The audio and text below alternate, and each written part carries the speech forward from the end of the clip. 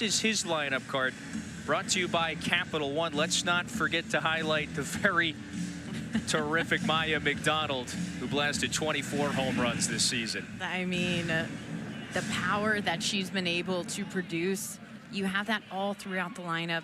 We talked about her earlier on, but just having that at the top of the lineup, you have runs later down into the lineup. That offense is fantastic, but they're going to be facing a pretty good pitcher here, Escobar.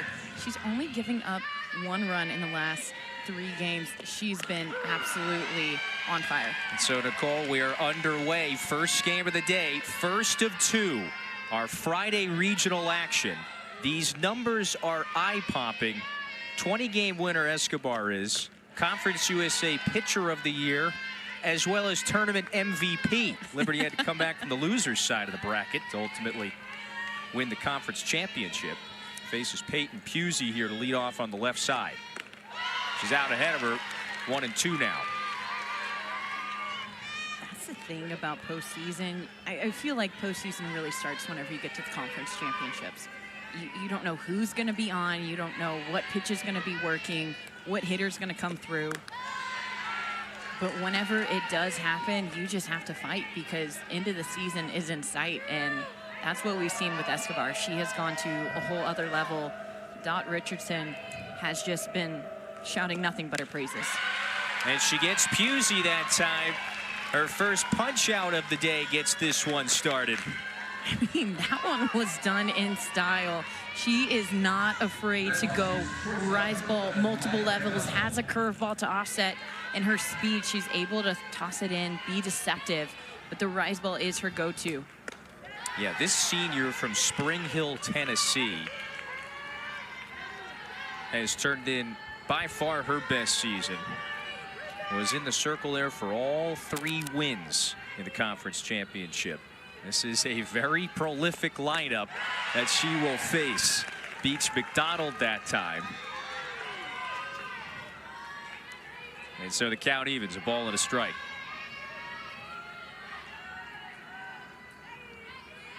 A couple of 47-win teams meet in game 1 of the day. And McDonald flares that one into left for a 1-out single. And this is an adjustment immediately by Marist, all these reps. You saw the swings and misses. This one is lower in the zone at the top half of the strike zone. Not trying to do too much. McDonald, she just gets her barrel on it. You've seen the strength and power, and she's able to push that through the infield. So we've told you about McDonald. We've told you about several other power hitters in this lineup. How about Haley R., the nation's leader in batting average? Better than 500 this season. The junior turned in a fantastic year.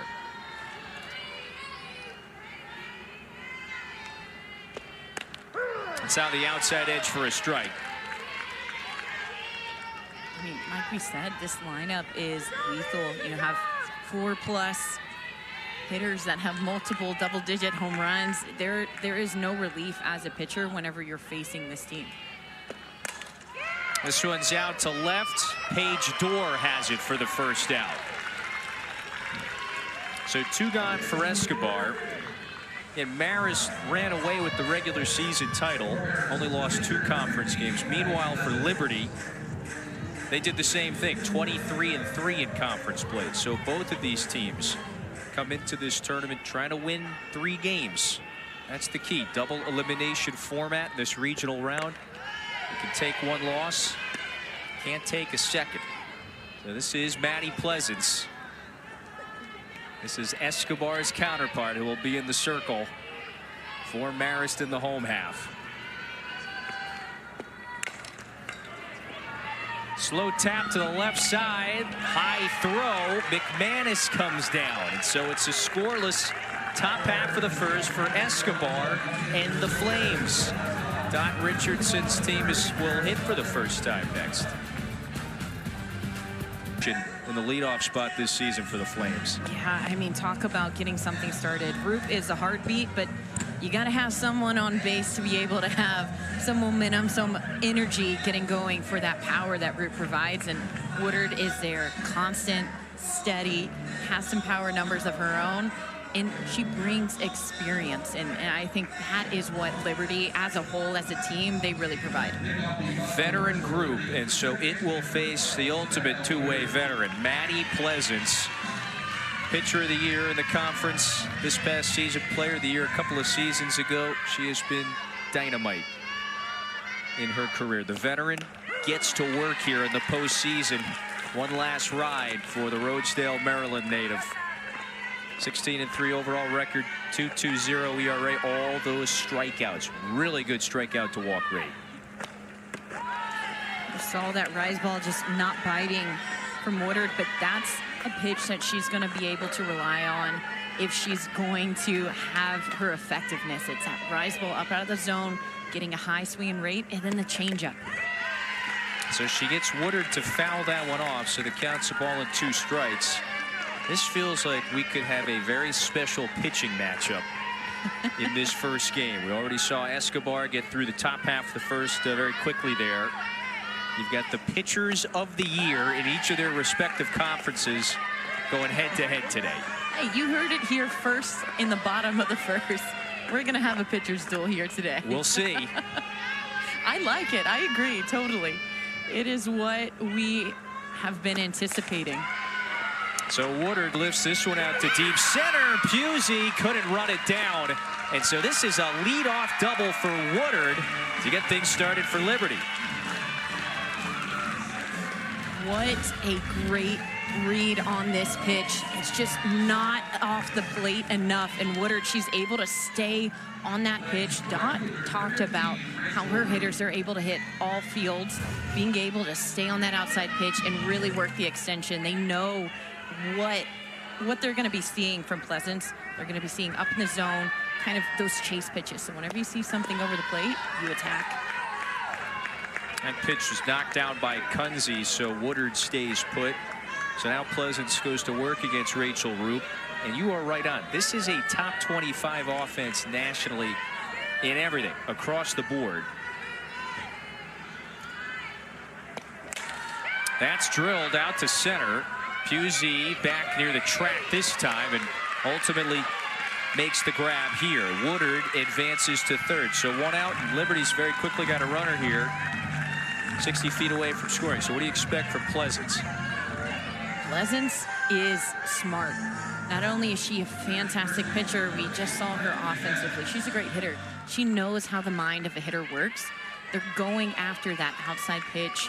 They're going after that screwball. So allowing herself to go, you know what, let's throw some off speeds. Let's throw to the other side of the plate. Mix up their game plan, because you can tell right away, Liberty, they are attacking that pitch early and often. A couple of deep fly balls to straightaway center. Bryn McManus had a brilliant breakout campaign this season, a junior from Oregon. And so she's trying to put the home team ahead here very quickly in the first inning.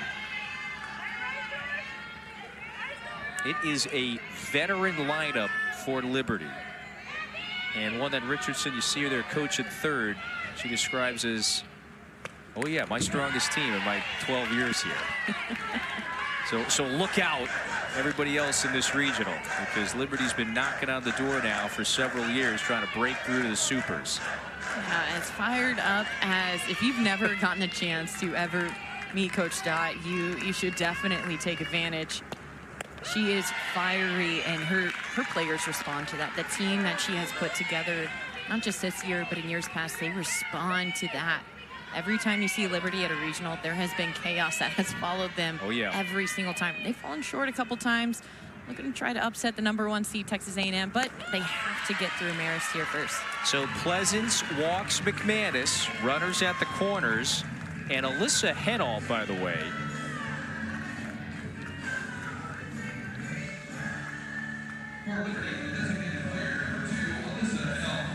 she hits next with a big opportunity.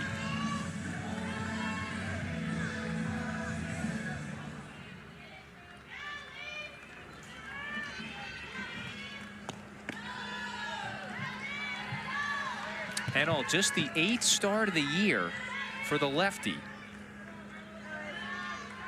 What better time to get hot than right here, postseason, where dreams come true. The game doesn't know if you've played all year or not. So the runner, McManus, takes off for second. That time Henall bluffed the bunt, and now she's got 2 in scoring position.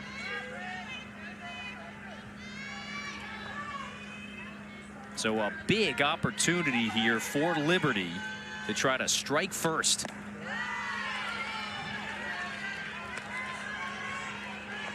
That one's down and away. Counts 2 balls and a strike.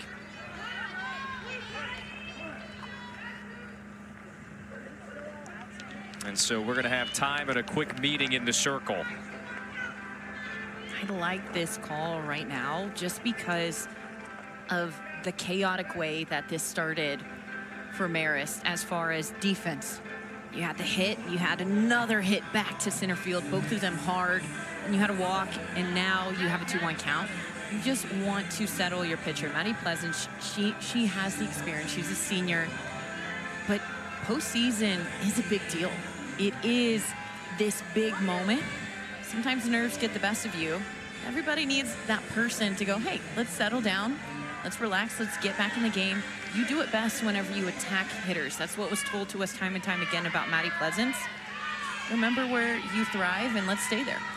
She's missed 9 times out of the zone. There's the bunt, and it's fouled back.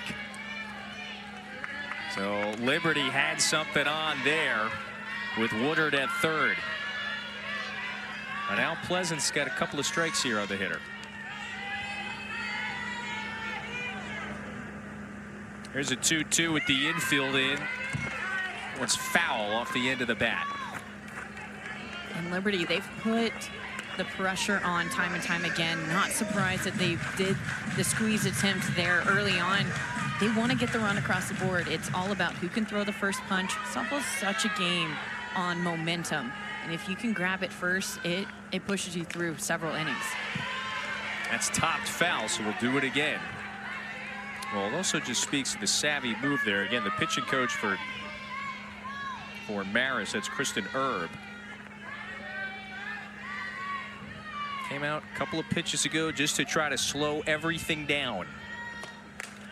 It's fouled again, so Henall here in a bit of a battle.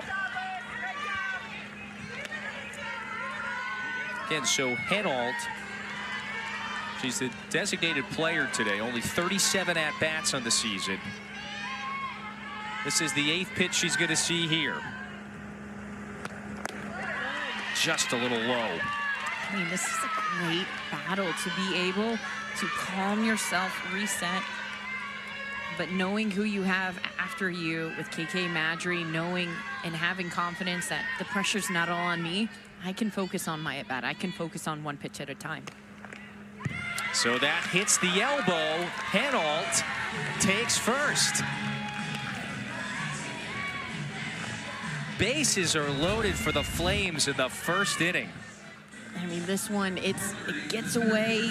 She's squarely within the box. There may have been a little bit of an elbow show, but yeah, that was close. That ball was squarely inside the batter's box. Bases loaded for KK Madry. And if you measure it by batting average, this is Liberty's best hitter. She hit .406 this season. The senior from Georgia in a big spot. Marist has the infield in. That's lifted, shallow left. This is Rogers. Is Woodard going to try to test her? No. And then a strike to the plate. You got 2 outs here now. And Marist trying to dance out of it. Great job by Pleasant. You have that big moment. You have a big hitter like KK Madry come up to the plate, kind of in a hole. Again, it's going back to what you do best. She gets a lot of swings and misses. She gets a lot of chases up in the zone. So throwing that pitch, getting KK Madry to chase after that, putting herself within 1 out and no damage. High fly. This is Pusey. Got it lined up. And Marist escapes a bases loaded jam in the opening inning. Scoreless after 1 in the regional. 54 down. By the end of the weekend, we'll have 16 teams left standing. That's when the super regionals begin. 1 week from today. You reached Oklahoma City several times. What does it take to get there? Oh, man, it takes grit. It's hard. It is a grind. Whether you're ranked #1, whether you're the last team in, it does not matter. It is a hard grind. The biggest things that I've seen in not just playing, but just watching, talking to coaches, it is being able to play together whenever things around you are falling apart. And so does that not underscore what Marist perhaps did in the bottom of the first inning? It's Escobar back in the circle for Liberty. Sam Rogers, you saw, blasted 13 homers this year. Faces the righty for the first time. Vaults that one down the line. Long run for Dorr, and she's got it. So there's one away. But how big was it for Marist? Things were Dicey. Yeah, in that bottom of the first inning, and so they were able to strand the bases loaded in a big moment very early in this game. Yeah, and that's where you're able to go out like we talked about. You had that mound visit. You had your senior pitcher, your leader, your ace, being able to reset herself and get 2 quick back-to-back outs. This is the freshman catcher Kunze from Chandler, Arizona. You saw the numbers. Very impressive rookie campaign. Again, this Marist team known for the power really up and down the lineup. And that's there for a called first strike. More than 100 homers for the Red Foxes. That's second in the nation. Only Ohio State with more this season. That one runs in, and it hits Kunze. So a base runner for Marist here in the second. Now each pitcher has a hit by pitch. That is something, whenever you're trying to get established early on, most of these pitchers are not afraid to go in on the hands. Sometimes a pitch gets away from you, they'll slip away, they'll hit a batter.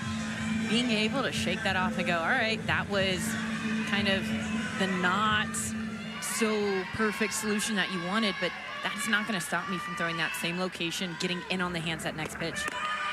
Runner takes off, throws a little wide, and Watley could not handle it.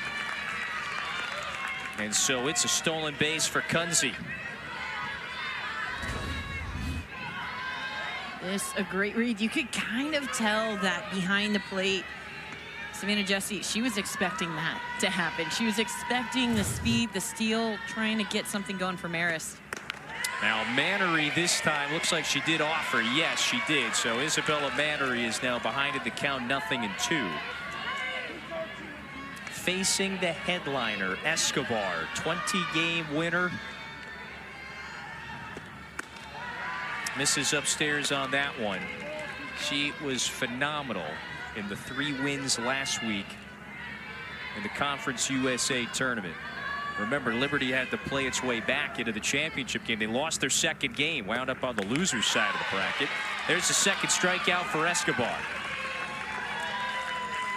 7 swings and misses so far in this game, and most of them have come to that rise ball. Out of the hand, that pitch, it starts at the waist. By the time it gets to the batter, it's above the shoulders. This bunt from Ronnie Howard is foul. Marist is a team. They talk about what they're seeing at the plate. They communicate batter to batter within the dugout. But whenever you do have a pitcher that can really spin their rise ball, have that tight spin, the tighter the spin, the later the break, right? And what that means is you can't tell it's jumping until after you're swinging. Even if you're telling your teammate, hey, this is gonna jump right when you least expect it, right when your barrel's coming, it does take a second to be able to adjust to that kind of movement. Escobar's 1-1 is bounced in the hole. This is Watley. Brilliant throw on the money. In Watley's return to the diamond, she makes a great play here, and 2 scoreless now for Escobar. I mean, this play, this is what Liberty has been missing.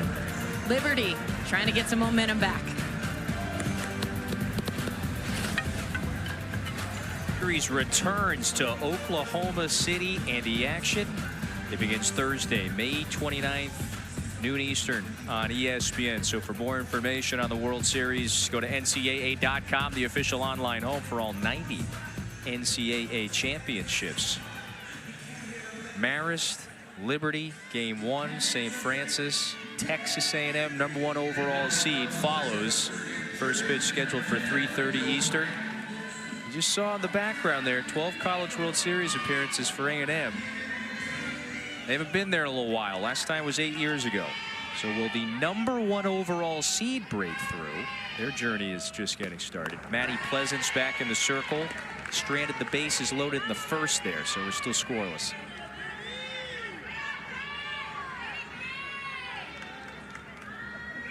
We feel like we've got a fun, interesting regional. Maybe we're biased.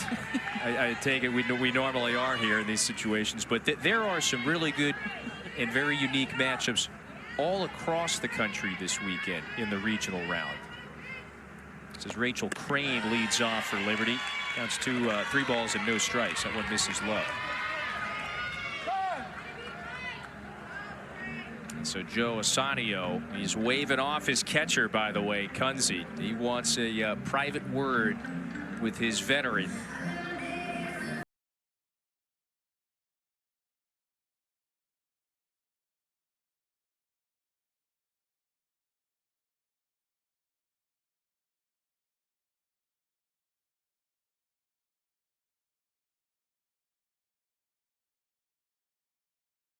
Feeling to be in that zone, right? You have the crowd noise fade away. You have this tunnel vision, and all you see is your catcher. You don't even see the umpire, and everything is by feel, and it just feels effortless. Whenever you're in your zone, you're in your routine. And right now, Maddie Pleasance a little out of her routine. Settling down, getting that pitch out of the way, next batter, next pitch, not letting the moment overtake her. A little tight start, I think it's fair to say, to your point. That's her second walk. She also hit a batter in the first. But this is the last ride here for Pleasance, one of the many seniors on that Marist side. Was here a couple of years ago. Marist was last in the tournament 2 seasons ago. She was on that team, pitched in those games, played 2 games, went 0-2, but their second was a very close 1-run loss to South Carolina. Savannah Jesse, the catcher from Tennessee, is now also in a favorable spot here. This is the hard part. You want to be able to establish your strike zone early. We're early in the game, we're early in the count. Getting that strike in, because you're going to get those favorable calls from those umpires whenever you show them, yeah, I will pound the zone, I will attack. So that's there for a strike. By the way, it is Mike Burrell behind the plate. Let's introduce you to the umpires. Brett Higgins over at first. Ron White is the crew chief at second. Kaylee Young is at third. 2-1 bounce, diving stop by Howard. Throws out the runner from her knees. Runner does advance. Great play from Howard. Fantastic play from Howard. This is what it's going to take to be able to perform at this level. You can see the way that Howard, she keeps her body low, that first reaction. She doesn't come up. She's able to get that grab, and then that throw from her knees. I mean, absolutely incredible. That was a dart, like you said, from the ground. Here's the number 9 hitter, Savannah Watley, who is back in the lineup here for the first time in several weeks. Nicole, she had a fantastic season. The junior from California, came over from Oregon State, but has missed a good bit of time. Suffered a couple of concussions. Here's a long run, and that one's foul. The shortstop McDonald almost got to it. In a little bit of defensive showcase there. Nearly back-to-back web gems. McDonald was very close. Defensively, that left side is shaded over towards that line. They know what they're getting. This one's into shallow left, and Rogers was playing shallow. 2 away. And you're right on it, partner. The left side of the diamonds. They knew the hitter they were facing, so we'll go back to the top. Savannah Woodard will hit with Liberty. Another opportunity, runner in scoring position here. Had the bases loaded in the first, came up empty. Pleasance finds the outside edge. So she has demonstrated the ability, as you would expect from the senior, to tighten up when necessary. Woodard doubled the last time she faced her. Rolls that over to the first base side. Underneath Goresmith and past R. Liberty scores a run in the second. Woodard puts it into play, and the error opens the door. And that is where you can make the great plays, but you have to be able to make those routine plays. That one right there from Gore, she just allows that second hop to get too much time in between the hop and her glove. She'd taken half a step up. She would have been able to catch that and being able to get her team out of this inning, but instead, Liberty, they capitalize on that runner. Yep, they are on the board, 1-0 in game 1 of the day, opening round of the regionals. And this is a very talented hitter from Maryland, Rachel Roop. Flew out to deep center her first time up.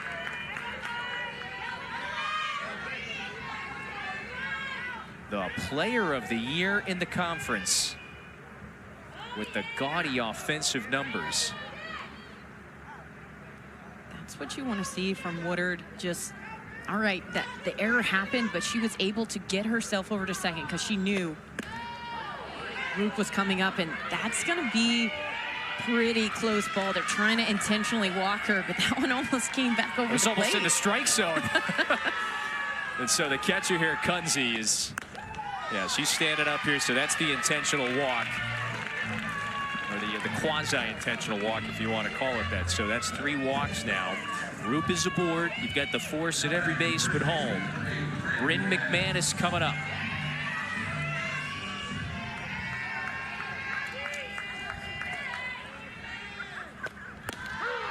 Inside edge for a strike.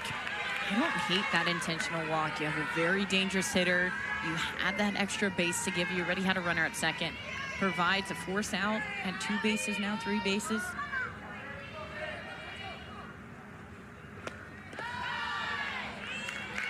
Roop previously she was all over the pitch she saw in that first at bat against Pleasance. Drilled it to straightaway center, reached the track. So 2 outs, Liberty with a run in, home second. Counts a ball and 2 strikes. Definitely seen Pleasance settle in this inning. Yes, they got the run that scored, but that wasn't necessarily a result of those hits that we saw in the first inning. This is drilled deep to right. It's got some carry. Goodbye. The first blast of the day, courtesy of Bryn McManus.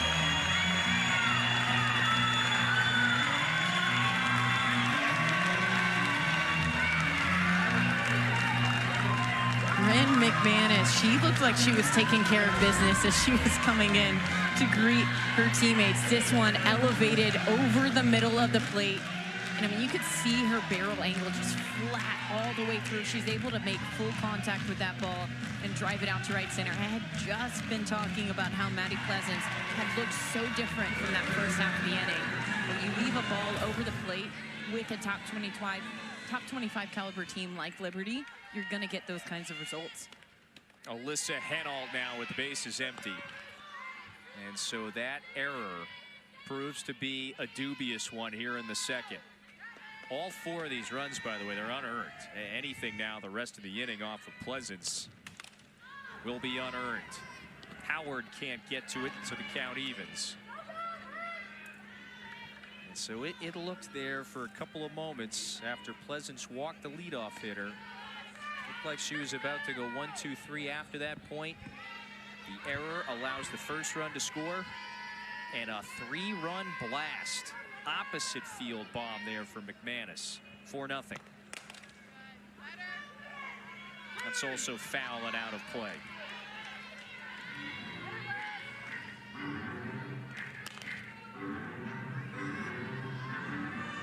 Liberty is a team with something to prove, a bit of a chip on their shoulder.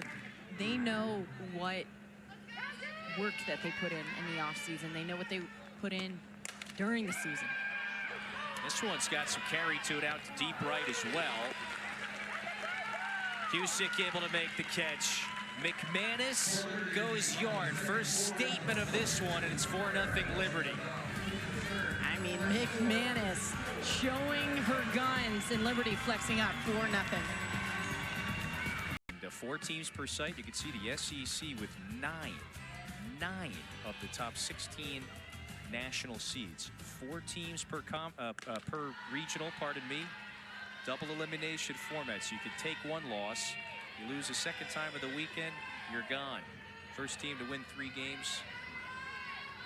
Moving on to the super regional round. That's a play, isn't it? Everything that you've worked for, preseason, conference, it all leads up to this moment. This weekend, it all starts today, not just here in College Station, but like you saw all across the country. This is what you dream about.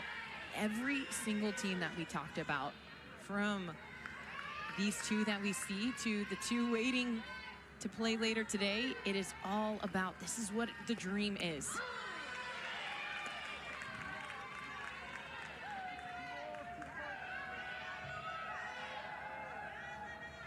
And so Lena Escobar back in the circle, facing the number 9 hitter, Maddie Gore, at Davis Diamond in Bryan College Station. That pitch is a little low. So Liberty strikes first. Their dream to keep advancing in this tournament. And the fuel that this program runs on, it's pretty palpable. Last season, so close, they were 1 out away. They were 1 strike away from KOing a national seed in Georgia last year before they got walked off in that Game 7. So that's a leadoff walk for Gore. And there's a lot of players back from that team from a season ago. They're motivated, determined to break through and reach that super regional round for the first time in program history.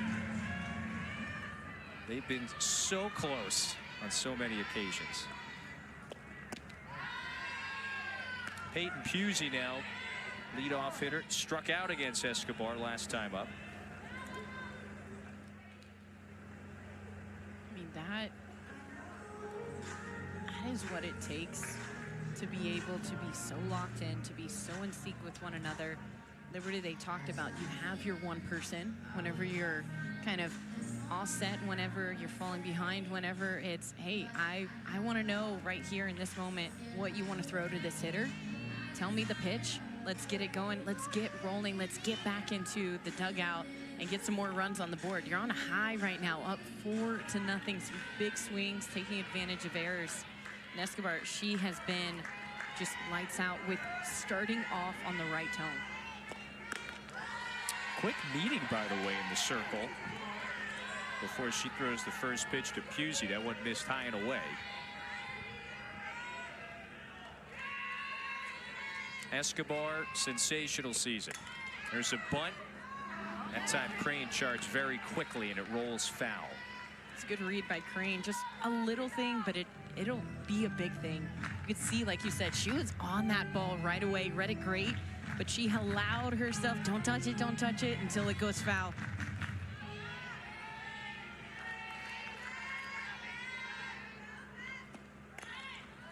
That's bunted foul once again. So now 2 strikes on the junior from Delaware. I'm with you. I thought Crane was going to try to just pounce on it. I think she had a real shot at throwing Pusey out. But Escobar trying to put her away here. 2-2 pitch coming. And that's lifted foul.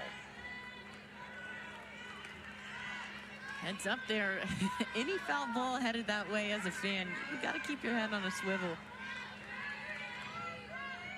The fans will be necessary today and this weekend. Temperature is going to be in the mid-90s. The highs will be. So not only a long journey for several of these teams. You got Liberty from Lynchburg, Virginia. Marist from just north of New York City. And St. Francis from Loretto, Pennsylvania. So everybody coming down to the Texas heat for the weekend. This one has got eyes for the gap, and it one hops the wall.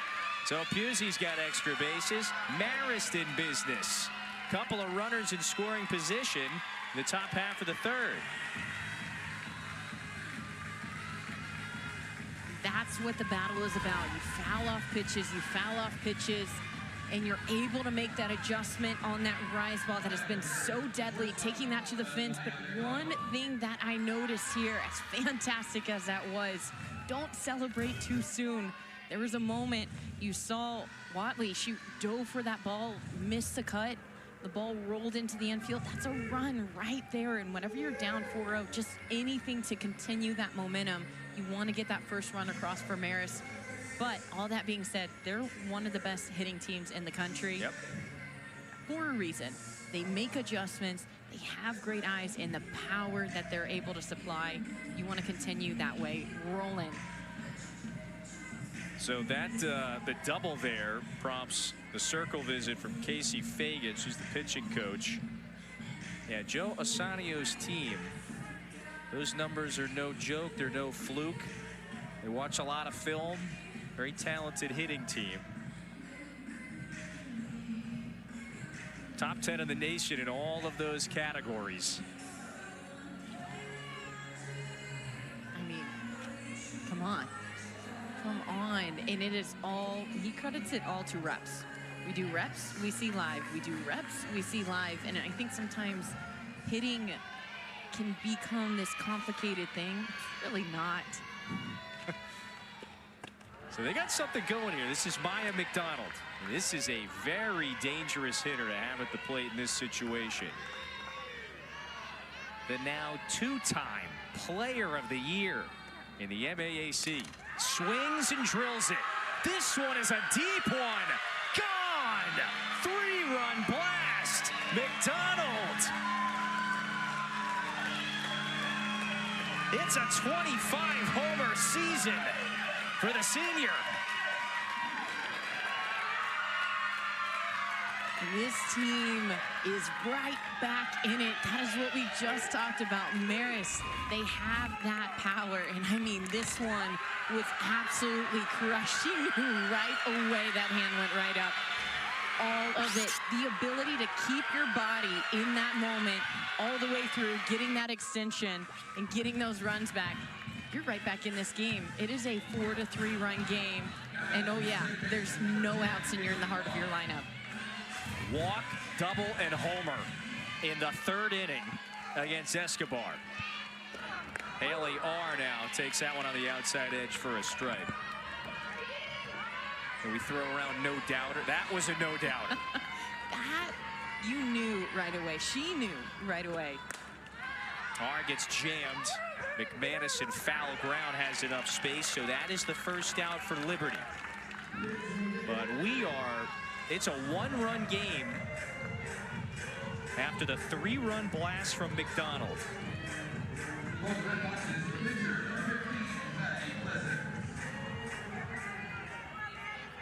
Always a unique matchup here. Pitcher against pitcher. Pleasant's the two-way star. Takes that one for a strike. She grounded out to third her first time up. Always have the opportunity to help your cause. So 25 homers for McDonald. Pleasant's with 22. Gets jammed there. That one was up and in right on her hands. Counts 0-2. Escobar, the adjustment that she made, and you can see it with these last two batters. And here with McDonald, after that home run, go in on the hands. They're gonna see that inside pitch and go, yes, please. Make it so tight that they can't get that barrel out. Pitches on the outside edge that time, but misses low and away.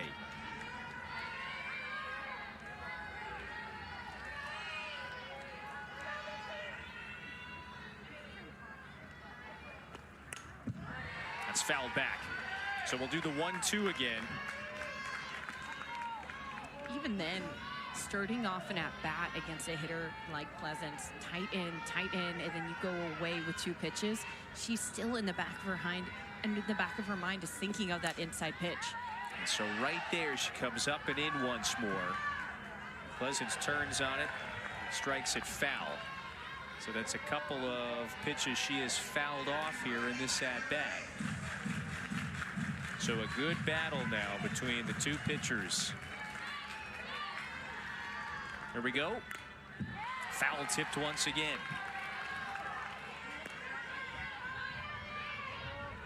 Great job by Pleasance. I mean, just think of the timing that you have with up and in and low and away. That is at least a 4 to 5 mile an hour speed difference. Got her that time. 3 strikeouts now for Escobar. 2 gone in the inning. It has been a game of cat and mouse, and Escobar, she won on this one. You could see the spin on those laces as that one came in. Just tight spin in that late break. So she gets ahead of Sam Rogers here. Rogers flew out to left an inning ago.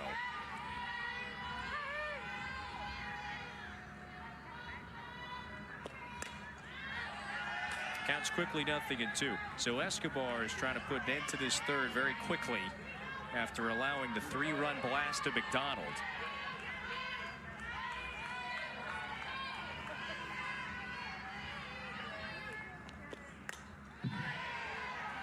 Both of these teams, their pitchers have done such a good job after those big home runs, those big moments of being able to quickly kind of stifle the momentum of the other team, kind of quiet them down. We saw it with Pleasance. We just saw it with Escobar. That one was very close. Now it's a ball and 2 strikes.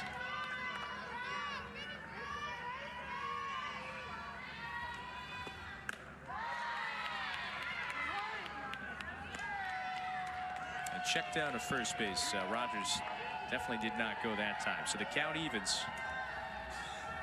Rogers, the sophomore from Southington, Connecticut, waiting out a 2-2, reaches for it, and this should retire the side. Watley throws her out, but not before McDonald blasts a no-doubter. 3-run bomb over the left field wall, and it's a 1-run game again. Liberty and Marist in the NCAA regional opening round. Innings live show that's on the ESPN app. Pitch every game, every big moment on the road to the Women's College World Series, only on the ESPN networks. Crew's going to be working hard all day today. Tomorrow, Sunday, the regional round has officially started. We begin with 4 teams, double elimination format. So Marist and Liberty here has already put on quite a show. We start the home third with KK Badgery in the box. 3-run homer in the top half of the third for Marist. And we've got a brand new game once again. 5, 6, and 7 in the Liberty order to face Maddie Pleasance. She allowed the homer to Bryn McManus in the bottom half of the second. That's what gave Liberty the 4-0 lead. R covers nicely that time from second base. And so Madry is retired. Paige Dorr bats next. So Nicole, winner of this one, advances to face either St. Francis or Texas A&M. That's tomorrow. A&M, we're here in Bryan College Station. #1 overall seed in this tournament for the first time ever. It has been a historic season for A&M. And I think all across the country, we've seen, like you said, it's a lot of firsts in the game of softball. A lot of first time for this team. A lot of record breaking for this team. Oklahoma has been so dominant the last 4 years. You've kind of seen that separation. This year, I feel like there has been a shuffle, a mix, if you will, and we saw 4 #1s SEC this year. We've seen Liberty here at the #1 team, top 25 caliber. Yeah, which was maybe a little bit of a surprise for some of, if not most of the players in that Liberty clubhouse. 2 quick outs now for the Flames in the bottom half of the third inning. We were talking with Doc Richardson about that. She was joking. You know, it was the quickest watch party, I think, in the program's history. The selection show, that was on Sunday night. And all of a sudden, they started revealing the bracket in order of the national seeds. And a couple of minutes into the show, all of a sudden, the Liberty logo pops up. Now, We talked to yell to her team, hey, we're up on the screen. They were surprised as well. This is Rachel Crane, by the way. Good off-speed beats her that time. She mentioned a lot of the players, they didn't think they were perhaps, if you want to look at it this way, maybe the weakest 2 seed in the field. They were expecting perhaps to be at a different regional, and they wind up here in Bryan College Station. So they did not complete the strikeout that time. Husick's throw from right field is offline, and Crane is going to somehow wind up in scoring position here. I mean, on that, the weirdest unfolding of this play. A great pitch, a great strikeout. And Crane, she knows that she's out. She's just jogging down to first base. But the biggest thing here is Punzi, whenever she steps inside the baseline, that's exactly where Crane is running. You want to step towards the foul line whenever you're throwing to your first baseman. That way there's nothing in the way. So for Pleasance, it's her first strikeout, although she's got to keep pitching here in the 3rd. That's the 2nd Marist error. Savannah Jesse is on the right side of the plate, grounded out to 3rd her last time up, and so the same thing will happen here. Jesse's frustrated, but Marist strands another runner in scoring position. So it's a 4-3 Liberty lead. We're going to talk to the head man on the Marist side coming up. You'll hear from Joe Asanio next. The old head coach asked him a year before he took over as the head man, hey, you want to join and be my pitching coach? He said, sure, why not? He had just finished up his pro career not long ago, spent 11 years playing in the minors and a couple of seasons with the Yankees. He knows the game. And his predecessor retires after that season. Administration says, you want to take over as the interim? He says, sure. 17 years later, he looked at that as, sure, I can help you, one season here before the hiring of the next boss. But Asanio has really elevated this program in recent years. He said at the end of that season, he went to the AD and said, how's the search going? Yeah. And the AD said, we found him, it's you. So here in the home, top of the 4th inning, pardon me, Sienna Kunze leads off. That's his catcher. In recent years, though, this program has really taken a step forward and a step up in the MAAC. They've won the regular season title the last 2 years. They've been to the tournament 2 out of the last 3 seasons. 47 wins this year. It's a program record. That's a 4th strikeout now today for Elena Escobar, who's trying to settle in after giving up the home run in the 3rd. I mean, this one, it's that rise ball time and time again. She has gotten so many swings and misses on that pitch, and these hitters for Marist, they need to start reeling and dialing that pitch in. It's hard to tell the difference. Couple of adjustments, tilting the visor down, the old get a little bit wider, get a little bit lower in the box, but something physical to help them with that adjustment right now. As you're getting into the 4th inning, game's getting late. Mannery drills that one foul. So she was one of the 4 hitters that have been retired by Escobar via the strikeout. 0 for 1 today.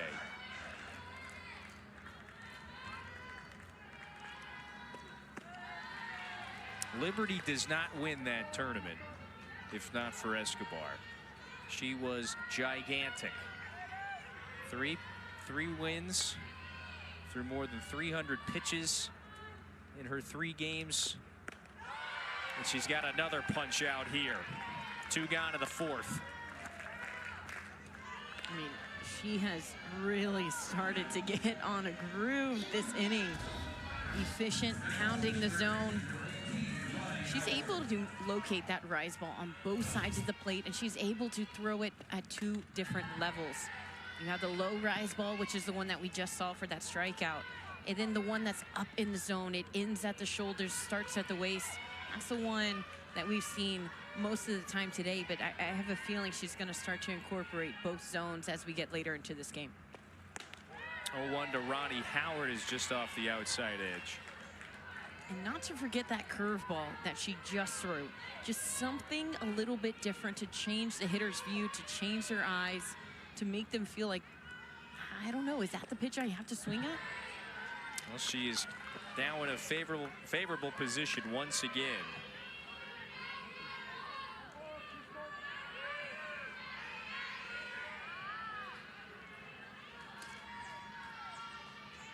One-two to Howard. Just off the outside edge.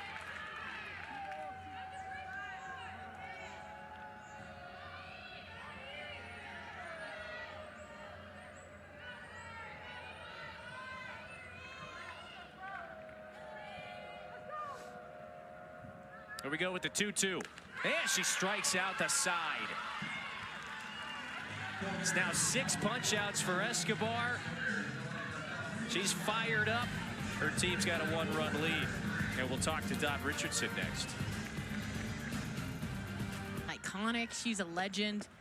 I mean, truly in the game, yes. Probably one of the greatest players to have ever played. And that's not an exaggeration. That's not because she's the coach of this team that we're calling. That is straight facts right there. Dot Richardson, she knows the game. She knows what it takes to play at that high level. And that's what Liberty wanted when they kind of again called her in and said, hey, you want to be a coach here over at Liberty? And she said, I thought you wanted recommendations for other people, but sure.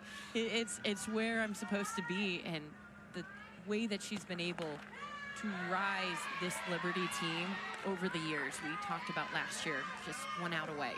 It's remarkable. She is, along with her staff over the last decade plus, absolutely changed the trajectory of the program. This is Savannah Watley, by the way, 9-1-2 at the plate for Liberty in this fourth, facing Maddie Pleasance. It's a favorable count here for Watley. Now, the program had been to 2 NCAA tournaments before Richardson took over. They've gone to 6 out of the last 7, by the way, the last 8 years. And that one's blasted foul. But Nicole, you're all over it. So the story goes, you know, Dot, she is a multi-talented, not just person in the softball space. It's Dot Richardson, MD. She had wrapped up her career as an orthopedic surgeon, and she was trying to figure out what her next move was. Watley, by the way, has got extra bases here. Watley thinking about going for 3. Pusey's throw bounces late, and it's a leadoff triple for the Flames in the 4th. She sheaths the sword. This one low in the zone. That is a great go and get that ball low in the zone. And then talk about that breathe. That ball bounced off the wall. Just a little bit of confusion for Pusey over in center field. And as soon as you see that as a runner and you decide to go, there cannot be any hesitation. But talk about leading it off. You have a triple. Liberty is going to build its lead. That's a base hit for Woodard, and it scores Watley. The lead grows to 5-3. We heard Dot talk about her players just being a little tight, and she said, loosen up, relax. We know what it's like to play here. Get through the lineup a few times, and you have a dangerous couple of hitters facing you. Roop gets underneath this one just too much. Rogers has it lined up for the first out. And so there's one away now in the 4th inning. You know, Woodard, for example, you talk about the experience. Her players have been in this position before. A player like Woodard has literally been here before. Started out at Alabama, has faced SEC competition. There are several former high major SEC transfers in this Liberty batting order and on the roster. Britton McManus, by the way, hit a 3-run homer, bats for the 3rd time today. There is experience. It's a committed, confident, very driven group.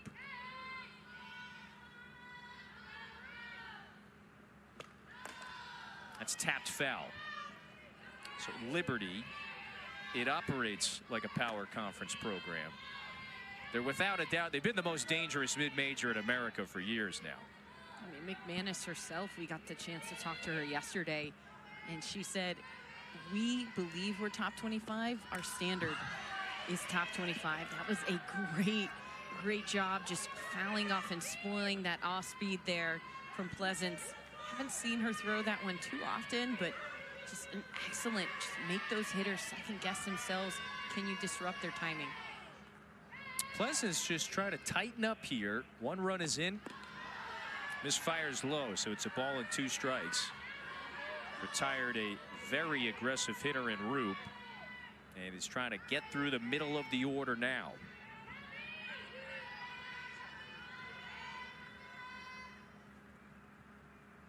Here comes a 1-2. Off speed. That one is bounced back up the middle, and it's a 3rd hit in the 4th for Liberty. An exit velo off of McManus's bat. I mean, she got all of it. They have been able to hit that outside pitch low and away consistently this inning from Liberty. You can tell there's an adjustment with their barrel. Whenever you have that low pitch consistently being pounded and called for a strike, you have to get that barrel a little flatter. Alyssa Henault bluffed the bunt right as Pleasance was letting that one go. So the infield is going to have the wheel play on. 5-3 Liberty. Henault swinging away. That one's foul.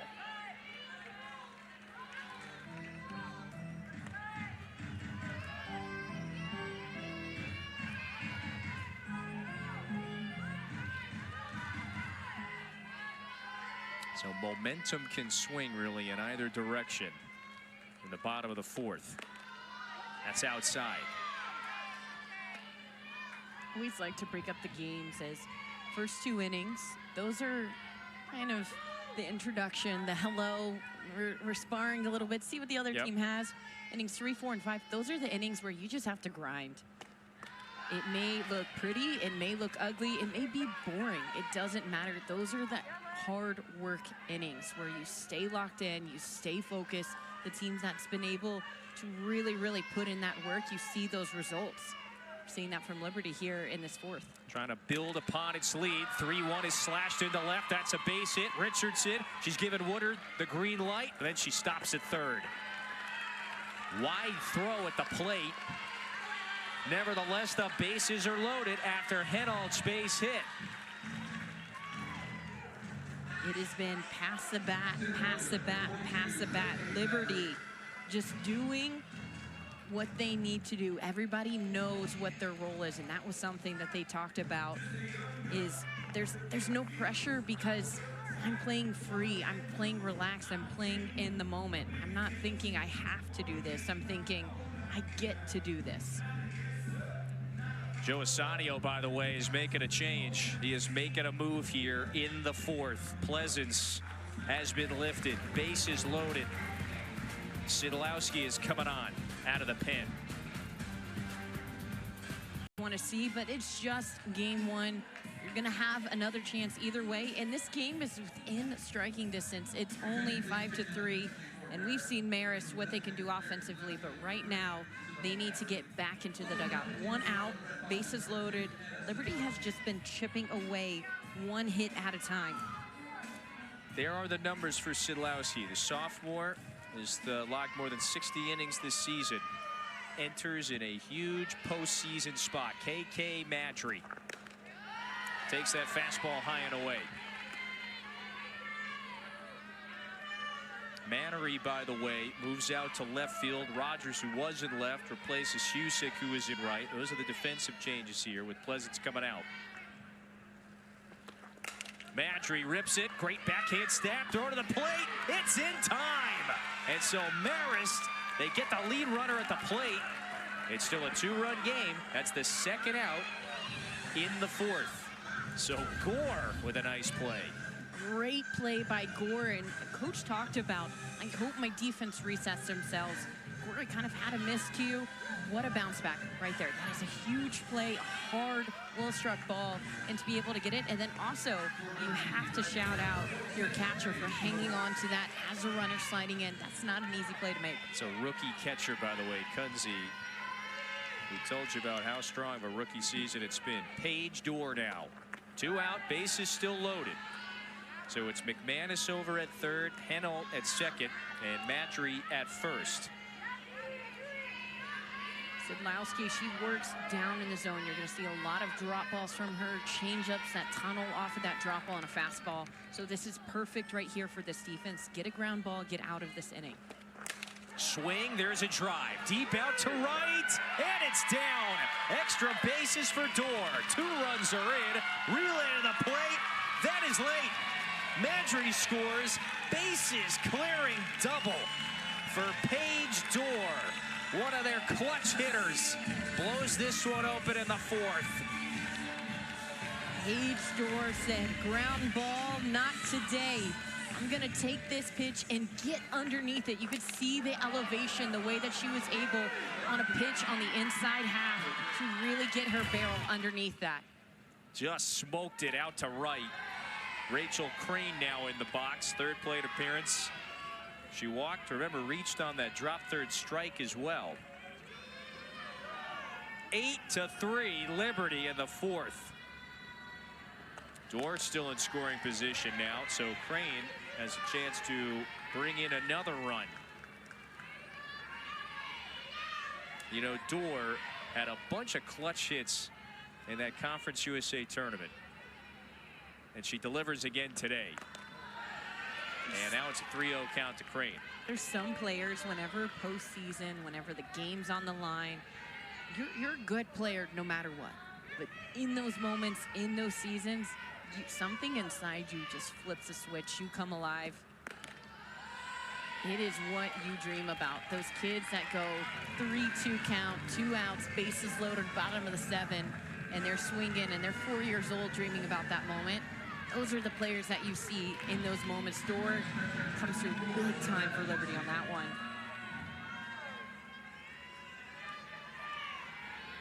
So is this 4th going to continue? Savannah Jesse, 9th hitter to the plate. And it just goes to show you don't necessarily need to have the long ball. It's always nice. Don't get me wrong. It's always nice. But passing the bat, single here, walk here, double here.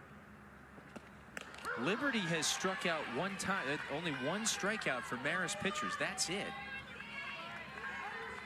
And even that time, as I mentioned a couple of moments ago, Crane actually wound up on the base paths there on the drop third strike. And then poor throw. That's low. So Sidlowski has got to dig deep. The bases clearing double for Paige Dorr has put the very mighty Liberty Flames up by 5 in the middle innings.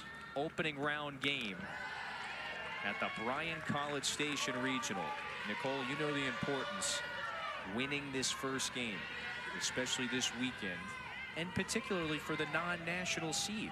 I mean, it's vital to not have to play your way out of the losers or elimination side of the bracket. 3-1, that's bounced. Runner right in front of McDonald that time, but she sticks with it.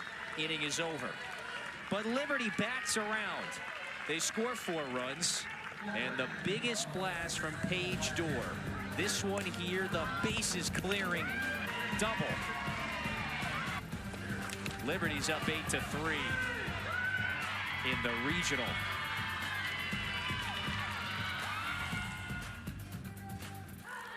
At 2 Eastern tomorrow. And then the winner of that game is vaulted to the regional final, where you have the upper hand. Double elimination format. So you're not eliminated on the first loss. Takes 2 to bounce you from the tournament. So we start, Nicole, this 5th inning with Liberty now in command. Up 8-3. Their second 4-run inning in the home half of the 4th.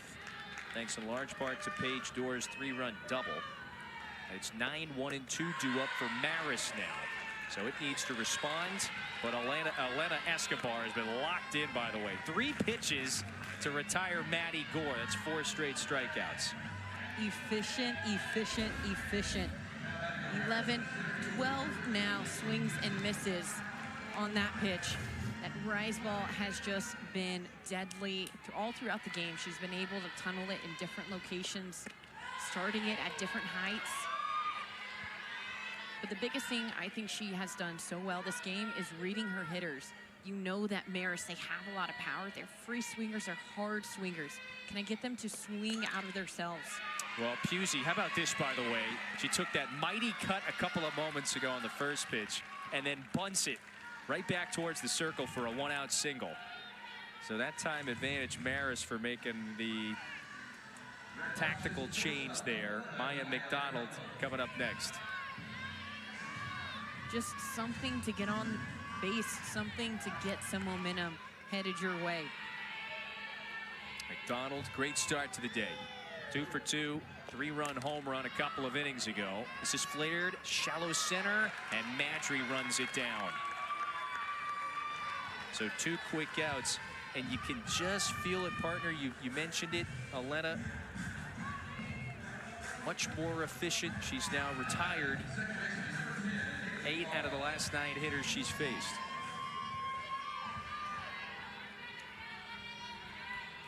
Haley R., the nation's batting average leader, came into the tournament hitting north of 500. She's hitless today. It's only 5 times she's gone without a hit in any game this season. Only 5 games, I should say. So this is a rarity. Well, you face that against a pitcher like Escobar. This is her 5th straight appearance with 5+ strikeouts in a game. She is heating up at the right moment. Swing, hard bouncer. Crane has got it. And the inning is over. Liberty is now doing it in all facets. In the circle at the plate with the gloves. 28th All-Star Cup in August. You'll see all the stars. You saw Fouts, Brady, Sierra Romero as well. Everybody. Leadoff base hit here for Liberty in the bottom half of the 5th inning, leading 8-3 opening round of the NCAA tournament. Safe to say they have settled in quite nicely. Oh, yeah. Who knows? In a couple years, we may see some of these players here on the field playing pro. Yeah, would not be surprising. Really skilled and talented Liberty team. That was Savannah Watley. By the way, her return to the diamond had been out for several weeks with an injury. It's been a season that is tumultuous. Yeah, been ravaged by several different injuries. So she's been productive today. Had the triple an inning ago. That kicked off the 4-run bottom half of the 4th inning for the Flames. So they are in a groove right now. Watley's at first. Savannah Woodard has been on base twice today. Run scoring single, also doubled. Slow bouncer to the right side, and we got the signal from the second base umpire. That was a clean play. That ball rolls all the way into right. Throw to the plate is late, and Watley scores on a tapper all the way from first base. So Joe Asanio now says, hold on a second. I got to talk to one of the umpires out here. Watch how this one unfolds. You could see right away there's going to be some kind of close call, close play. But for me, what really sells it is that ball is about 2 feet over towards the left. There was a slight, almost collision happening, but that ball was 2 feet over towards the left. If you're going for that ball, if you're going to get that fielded, Haley R., you want to be a little bit over instead of colliding with that runner. Like I said, it was very brief, but as a rule stand, if there's contact while a fielder is attempting to field the ball with the runner, you'll be called out. And it's a dead ball. Everything kind of goes back to the way it was. That's a good call, partner. Obviously, the umpires have gotten together here. So you see Watley. But you see where that ball is. And so the attempt to go field that versus the attempt to collide with the runner, I think that is going to be the conversation. That's going to be the question that's being argued right here. It's a great point you're bringing up. You know, this is going to really illustrate it. And sometimes whenever the runner's running in front of you as a defender, it blocks your view. You're not able to see. And then you lose it in the middle of that. And all of a sudden the ball's 2 feet to your left. That's what it could be. And I think that is a worthy challenge if you're Marist. You're saying, I was going to field the ball. She was in the way. I couldn't do my job. I couldn't field it. And that's probably going to be the argument here to get that review, to get that call reversed. And that is clearly what Asanio is appealing to the umpires for. He would certainly love the interference in this situation. Now, our home plate umpire, he's got the microphone there. It was not working quite properly, so he is headed down the right field line. Remember, for all of these sort of situations in the tournament, we've got one replay center in Pittsburgh where all of these plays are sent to be adjudicated. Nicole, you brought up a great point. There's obvious contact.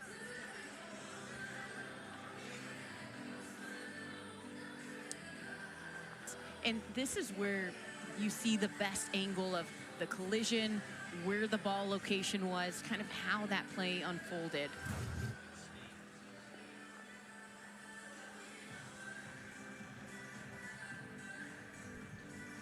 So we're ready to go here. The field has been upheld. There is no interference from the runner going from first to second. That'll be Marist's first review. So Marist loses that challenge, and Liberty pulls in front 9-3. So they score a run on a slow roller to second base in a strange sequence here in the bottom of the 5th inning. But the Flames have got a 6-run advantage. Woodard's at second, and you've got the very dangerous Rachel Roop, Player of the Year in the conference, at the plate.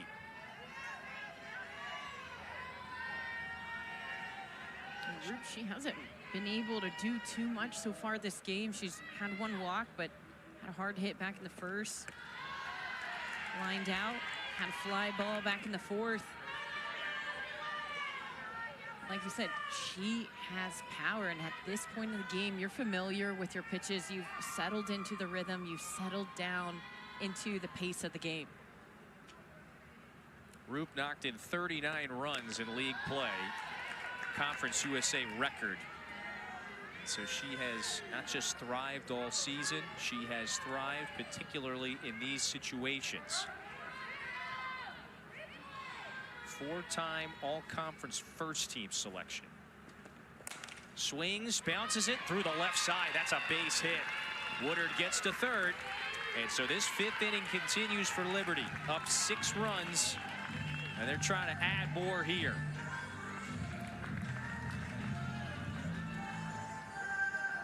If you're Liberty, you have the momentum. You don't have any outs. Pass the bat. You're in run rule territory at this point. Yep. You have the runners on base. Get that runner over to second and pass the bat. Don't try to overswing. Don't try to be the hero, hit the home run. If it happens, it happens.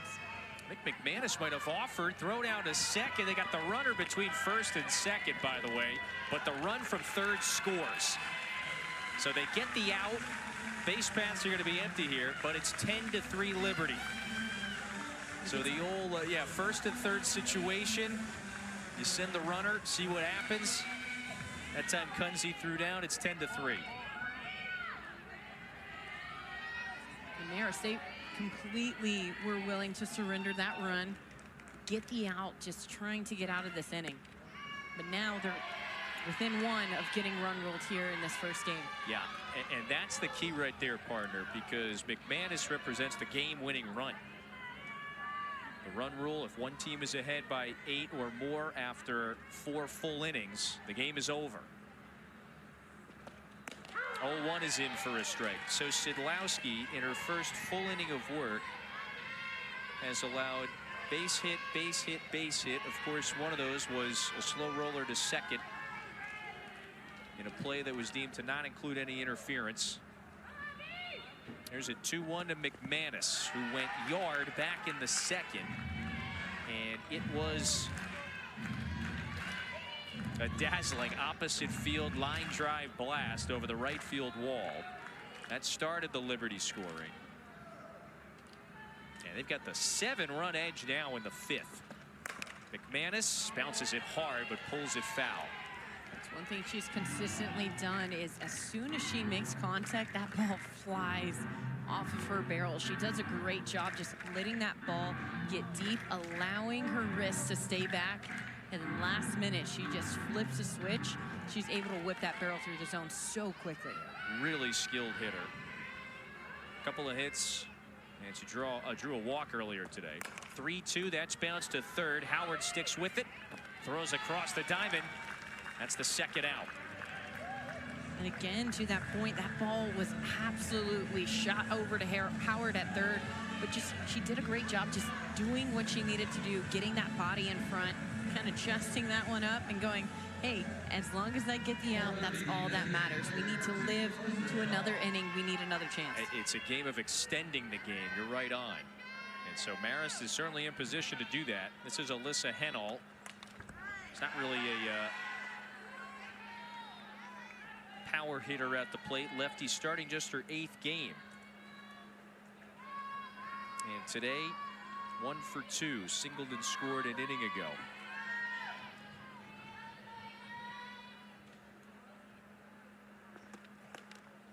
That is what Liberty has done so well this game, is just knowing wherever you're at in the lineup, knowing your role. You don't have to be a home run hitter. You just have to get on base. Then you have to get to second, and then to third, and then get around to score. That's your role.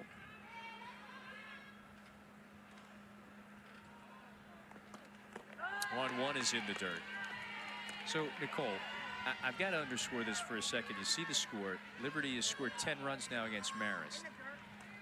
This really highlights just how good of a season it's been for Marist. They won a school record 47 games. The 10 runs allowed, most they have allowed in a game this season. Henall gets underneath this one, lifts it out to the gap in right center. Pusey runs it down for the final out.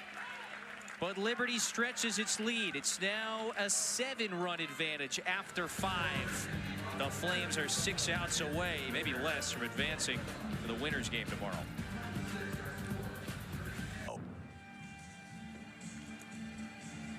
So Liberty in this opening round game now has pretty significant advantage. They led 4-0, then 4-3, then 8-3, added 2 more runs in the bottom half of the 5th inning. Bryn McManus with a 3-run home run for the Flames. Paige Dorr with that bases clearing double in the 4th inning. So Liberty, by the way, was very much in position to walk it off in the bottom of the 5th inning, Nicole. They could have triggered that 8-run rule. We push on into the 6th inning. Marist, theoretically, they got 6 outs to work with here. And it's certainly an uphill climb. 4, 5, and 6 due up for the Red Foxes, the NAAC champs, after winning 47 games in the regular season. Maddie Pleasance faces Elena Escobar once again. It has been advantage Escobar in this battle. And very recently, up and in once again to Pleasance. Towering shot, but tugged it foul. I mean, that one was foul, but it was gone. Has to be a bit of a frustration swing there. We've all had those. You know what? I'm just going to hit the ball hard. That's my sole focus here in this at-bat. You know, the only player to necessarily do that was Maya McDonald. Absolute, no doubt, 3-run homer for Marist in the 3rd inning. But outside of that, they have been held off the scoreboard. And Escobar has now retired 9 out of the last 10. Nicole, I mean, she's the headliner. She is the ace of this staff. Pitched in all 3 of those wins last week at the CUSA tournament. Through 340 pitches. So, you know, Don Richardson knows she can rely on this senior ace. And even now, everybody is starting to think ahead in this regional weekend. Big lead for Liberty, pardon me. Escobar coming home with a 2-2. It's a little high. I think that's one thing that got talked about with her team is, yeah, you kind of peek ahead, but how can I keep them here? How can I keep them in this moment? That's a line drive up the middle, so a base hit for Pleasance, and the leadoff runner is on for just the 2nd time today for Marist. Nice shot back up the middle by Marist, just swinging to contact, trying to get everything through. Again, going back to that, in the moment, if there's one pitch left, you can't look ahead, as tempting as it may be. And I know as an athlete, it is so easy. Okay, we got the first one, we have this huge lead, but until the game's over, can you stay locked in? It's a challenge, and maybe you have the lead this game, and you're able to stay locked in. But what happens whenever you're in a tight game and you're not able to stay locked in? Every single pitch matters, and that's something that you have to emphasize.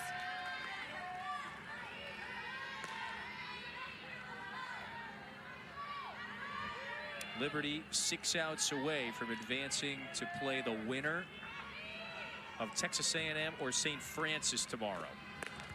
Swing and a miss. Samantha Rogers behind in the count, 0-2. Scarano came in to pinch run, so she's over at first. The Aggies, they're obviously the heavy favorites, #1 overall seed in this regional round. That's up and in.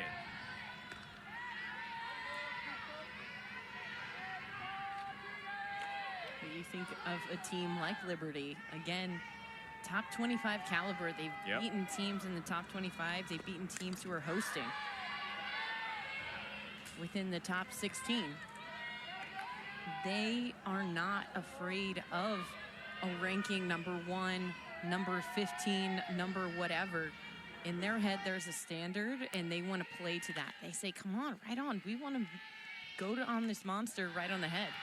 You know, so their last 5 tournament appearances, they have wound up in the regional final 4 times. That's a pretty darn good success rate. And they have beaten, not only just beaten, in several occasions eliminated, national seeds 4 times.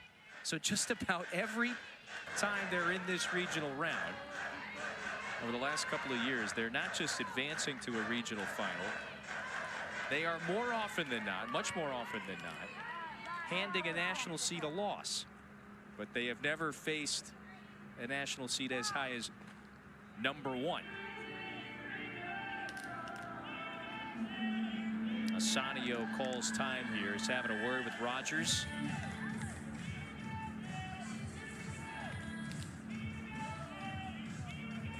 I think on that swing just might have triggered something, feeling not right. They're calling out the trainer. Yeah, that's Alex Schaefer, the athletic trainer, shaking out the left arm.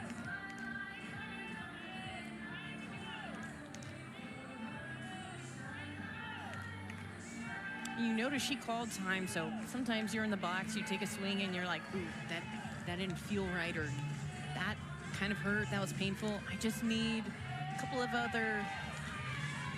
couple of extra seconds to reset, get myself back in, and decide, okay, was that something that I need to take a little bit more seriously, or just need some time and I'm back in it? That one might have hit her hand. Mike Burrell says that's a foul ball. Rogers reacted as if it hit her hand. You can see there, she goes, yeah, it hit my back. It skimmed me just a bit. At least she's honest, right on the knob, and then I think from the knob it hit that back arm. She reaches out, by the way, and she is on base with a single.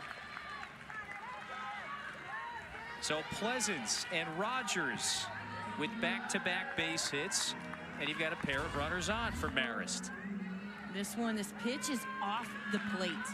This is in the river. This is between the plate and the other batter's box. So being able to stay posture-wise, leaned over, not bringing that chest up, and being able to make contact with that and extend through, that's a nice piece of hitting by Rogers to be able to get a runner in scoring position. They're trying to extend this game. They're trying to give themselves a chance. And with hitters like this for Marist, you always have a chance. You just got to have some runners on.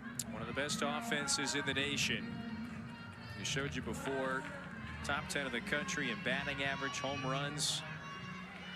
And while it is obviously an uphill climb right now, down 7, they've got the first 2 hitters on. There's a swing and a blast. That's down the line and foul.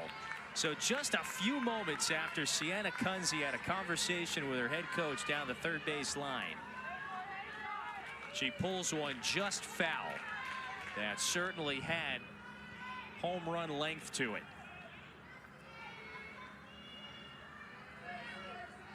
A freshman from Arizona waiting. Tips that one foul. So behind in the count now to Escobar, 0-2. This goes back to you can't take a pitch off. You can't look too far ahead. Oh, yeah, we're up by 7. Now you have 2 runners on base.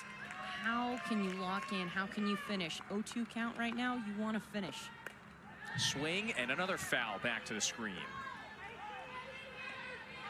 And I think that's been a conversation with Liberty the past few years, past few regionals. You're so close. What do you have to do to be able to go and get over that hump? That's been their challenge.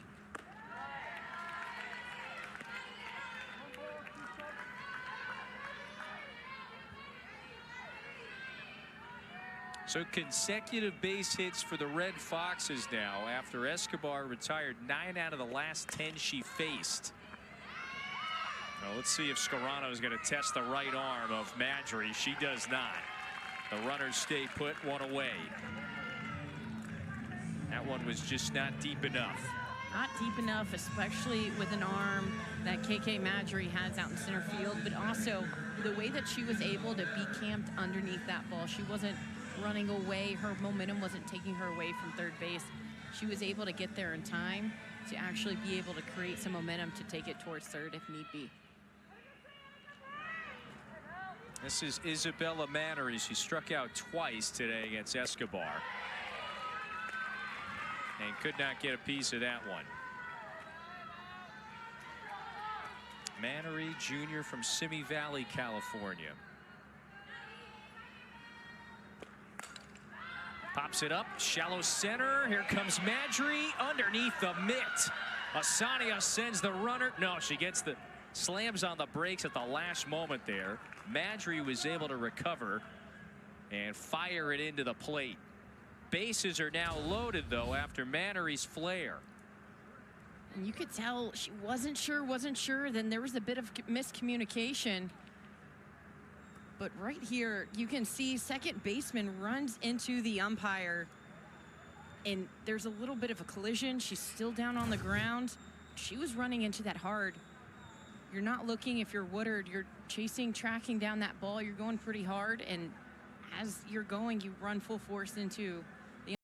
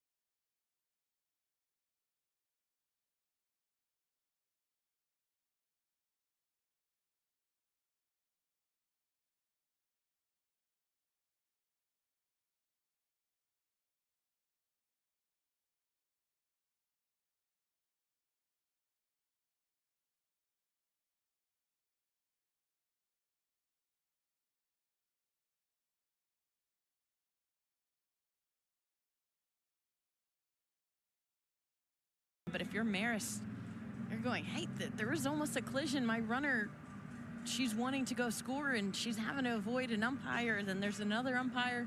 It's a lot of chaos going on during that play. Yeah, just a wacky sequence. So everybody's going to take a beat here. You've got the pitching coach for Liberty out in the circle. Casey Fagan is the pitching coach. Don Richardson's bringing some water out. It's a hot day here in Bryant College Station. And then Asanio's having a conversation with the runners that are on base. Ronnie Howard's about to hit. The bags are full with 1 out.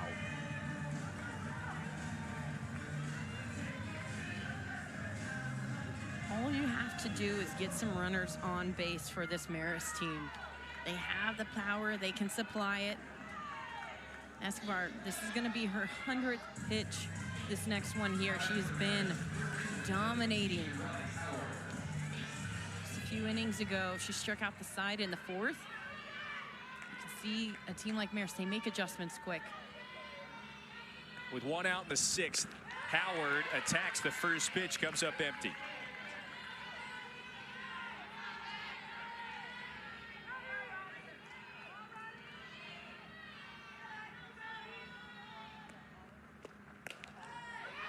Just off the outside edge.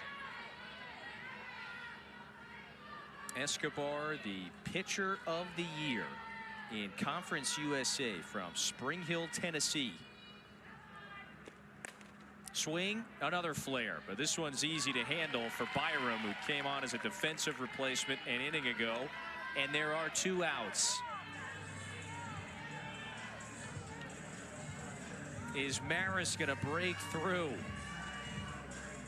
Trying not to leave him loaded on the big stage here in the postseason. Here's the 9-hitter, Matty Gore. That's there for a strike. You can feel Escobar kind of, I think that was almost a reset that she needed, rushing a little bit at the beginning of this inning. Just being able to slow down, get reset, get refocused.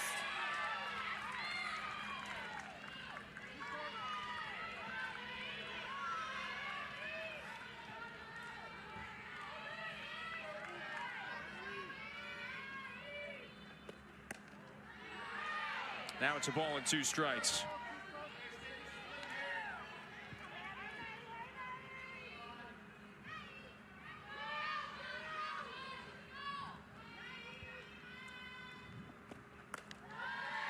Escobar, she's just done a phenomenal job at this game. Liberty, phenomenal. And they're trying to shut this door, not let Marist come back in. They have been knocking, and now they're pounding on the door with bases loaded. Swing and a miss, strike 3. It's another punch out for Escobar. Up in the mountains. Yeah. About a 20-degree difference than they're used to. Can we get one of those? Can I borrow that? You may need to pry it out of her hands. Yes. Temperatures reach the mid-90s today and every day this weekend. KK Madry leads off for Liberty, bottom of the 6th inning. Again, it's got the 7-run advantage. It's just worth mentioning, Nicole, they score a run here, the game's over. It would trigger that 8-run run rule. Anna Sidlowski back in the circle. She inherited a handful of runners when she came out of the bullpen in the 4th, allowed a bases clearing triple, and then 2 runs scored against her in the 5th. So Liberty has, the last couple of innings, extended this to a significant advantage. And if Liberty does wind up getting it done in the top half of the 7th, they'll await the winner of the St. Francis Texas A&M game, which is coming up about 35 minutes after we're done here. That one is going to be on the SEC network. And that's a leadoff single for Madry, her first of the day. This one just ripped through the 3-4. Working to get to that hit too. I feel like that's been the theme for Liberty. You'll have a hitter, hasn't done much, and all of a sudden one inning they'll just come through big time.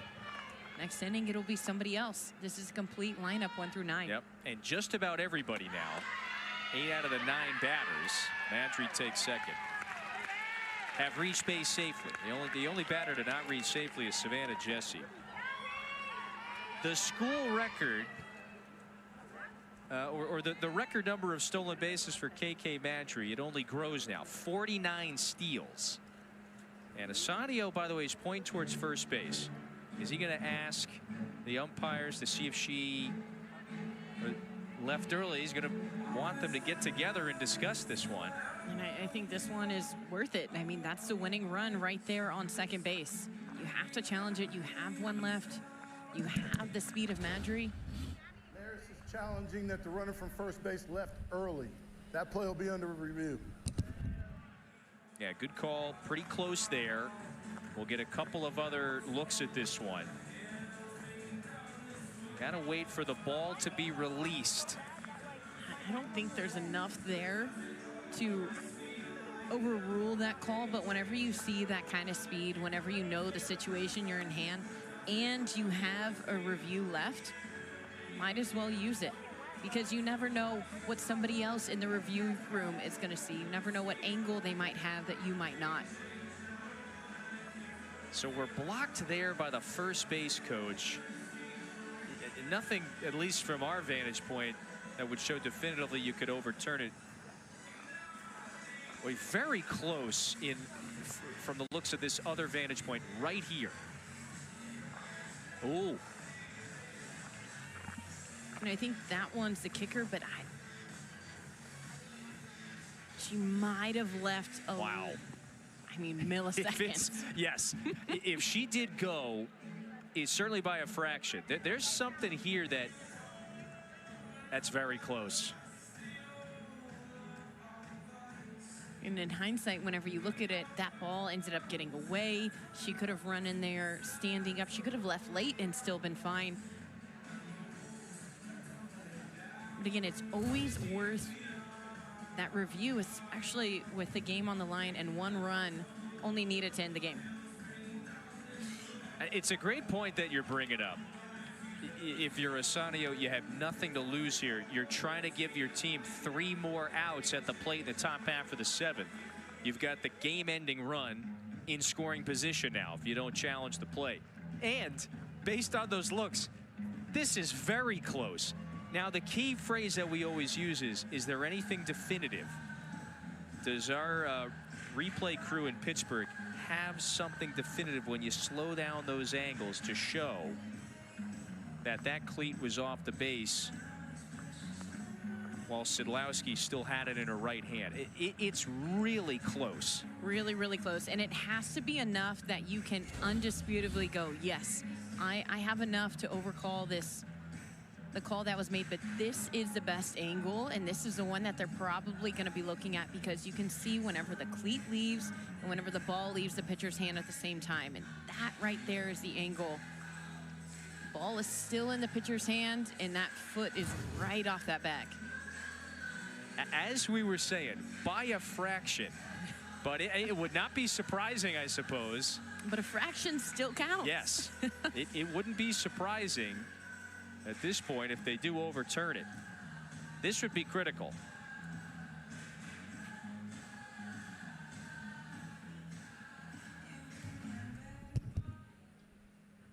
After review, the call has been changed. The runner will be declared out, leaving early. Wow. That'll be Marist's so that second changes things. challenge. So now, instead of the game-ending run in Madry sitting in scoring position, base is empty and 1 out. Marist is trying to fight for 3 more outs in the 7th inning. Wow. You slow it down, and by a fraction, they ruled that she did leave the base before the pitch was thrown. So you are out if you do that. 1 away. Paige Dorr now hits with nobody on. Hey, they call it a game of inches for a reason. We've got millimeters on that occasion. Especially in this day and age with the technology that we have incorporated to the game now.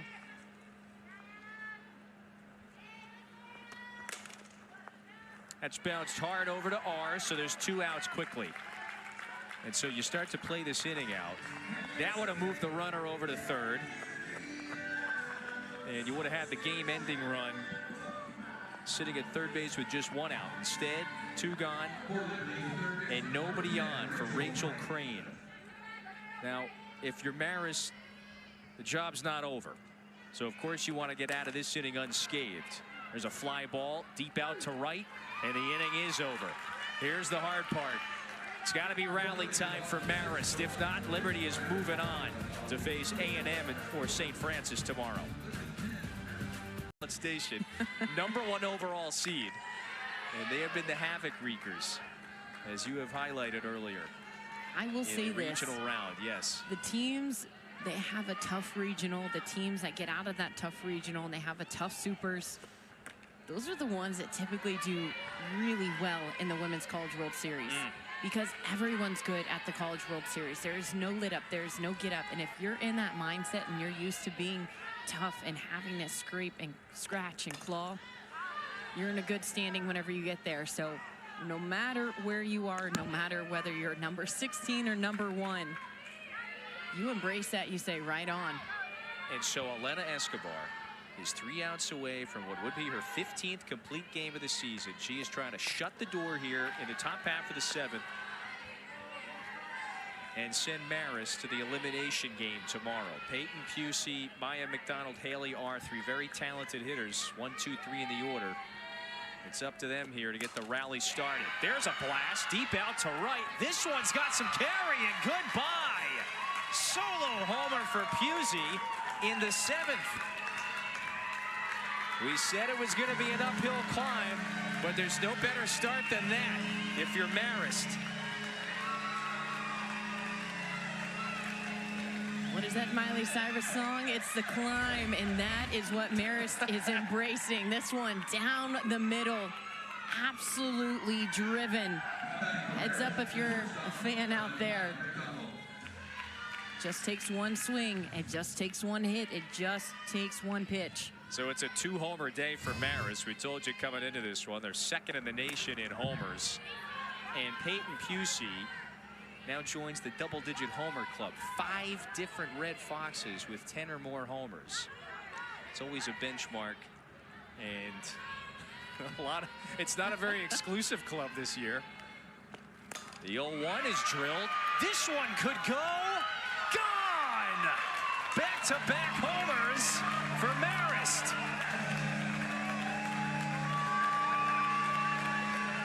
It's a 2-homer day for McDonald.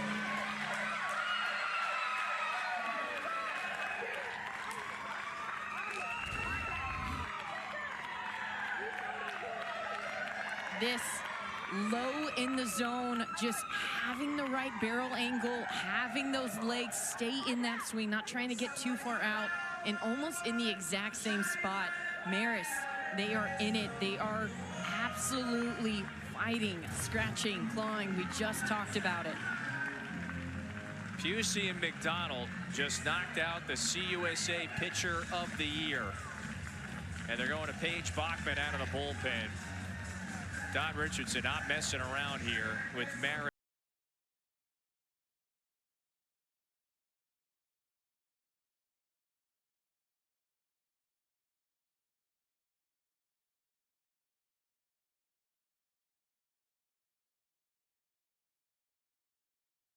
Bachman out of the bullpen to try to just shut the door here. They're trying to get 3 outs and advance. Bachman, she's one of the fastest, heaviest arms here for Liberty. She's going to be in the upper 60s, a heavy, heavy drop ball, which is the complete opposite of what this Marist team has been seeing all game long. A lot of rise ball, a lot of swings and miss up in the zone, and now they're going to have to make that adjustment quick. Can you flatten out those barrels? Can you get a little bit lower? Can you allow that drop ball to drop down and catch it where it's going, not where you see it as a hitter?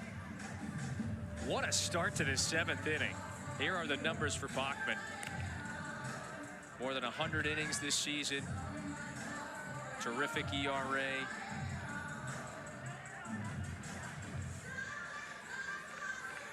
And the senior from Fredericksburg, Virginia, a program veteran. Just trying to get 1 out here. Haley R.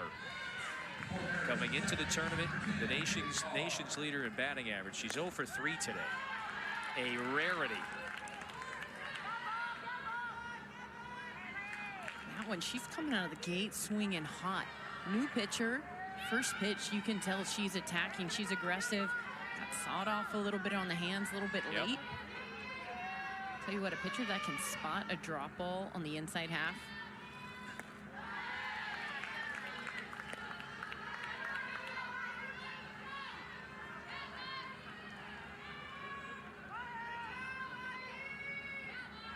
What a season for the junior from Monmouth County, New Jersey. 0-2 is topped foul, so she must protect here. And it is, they call high velo here coming from Bachman, who turned in her best season of her career, landed on the all-conference team. Got a 1-2 coming. And R fights it off. The at-bat remains alive. So in the bottom half of the 6th inning, Liberty is thinking after a KK Madry steal, they've got the game-ending run in scoring position. Umpires determined she left early, she's out. Marist forces this 7th. And they just went back-to-back. Pusey and McDonald both go yard over the right center wall. It's 10-5. Nobody out. But you get a different look. You get a different pitcher. You can kind of see where Paige Bachman, she's setting up here. Not only does she bring the speed, she brings a different look with her pitch angle. We talked about that, the rise ball from what you've seen all game versus a drop ball. But now, also where she's setting up on that pitcher's mound. She's not in the middle. She's over off towards the very, very corner. She's angling in almost to those right-handed pitchers or hitters. 2-2, bounced hard to Crane. And there's the first out in the 7th.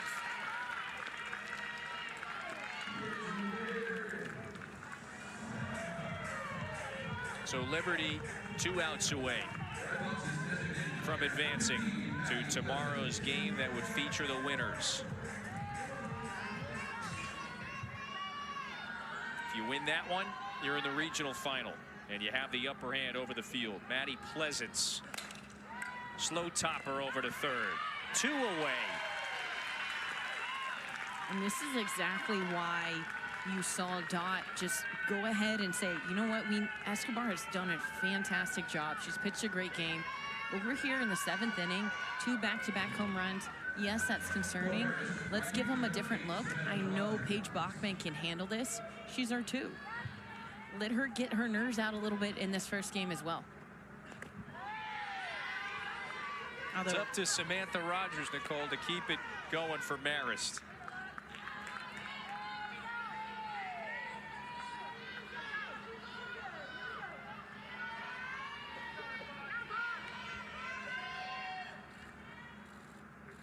Bachman coming home. That's there for a strike. And this is what we've talked about almost all game long. Liberty in years past just finishing, getting game 1 in your pocket. That is a huge, huge win as they try to set themselves up to face Texas A&M tomorrow. Remember, second game of the day coming up approximately 30 minutes after we're done with this one. St. Francis, the NEC champs, facing the #1 overall seed, Texas A&M, coming up. And now Liberty's a strike away from advancing.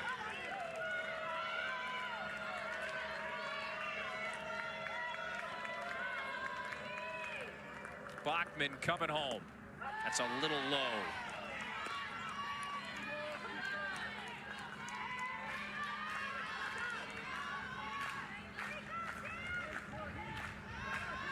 This is the moment right here. Roller over to the left side. Liberty wins it 10-5, and it advances to face either St. Francis